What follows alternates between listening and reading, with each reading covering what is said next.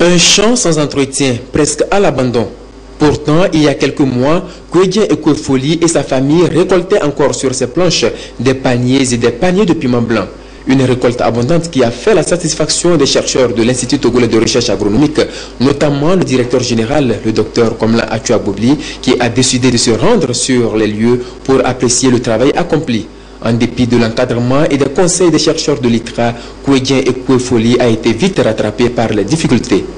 En voyant son champ, aujourd'hui, nous avons vu qu'il a de l'eau, mais il n'a pas la main-d'œuvre. Une main-d'œuvre qui devrait l'aider surtout dans l'arrosage qui s'est révélé épuisant. Pour résoudre ce problème et permettre à Kwedien Ekwefoli de reprendre sa production, l'ITRA a décidé de lui construire un mini-château d'eau doté de canalisation. Ce matériel pourra lui permettre d'éviter ce phénomène, parce que ça, c'est un manque à gagner déjà à son niveau. Ce matériel pourra lui permettre de rentabiliser plus ce champ. Et d'autres producteurs qui ne sont pas inscrits dans ce programme peuvent profiter de son expérience et aussi se lancer dans la production du piment. Parce que c'est un domaine qui est très rentable. On ne le sait pas, mais nous savons que c'est rentable à condition de bien gérer l'eau.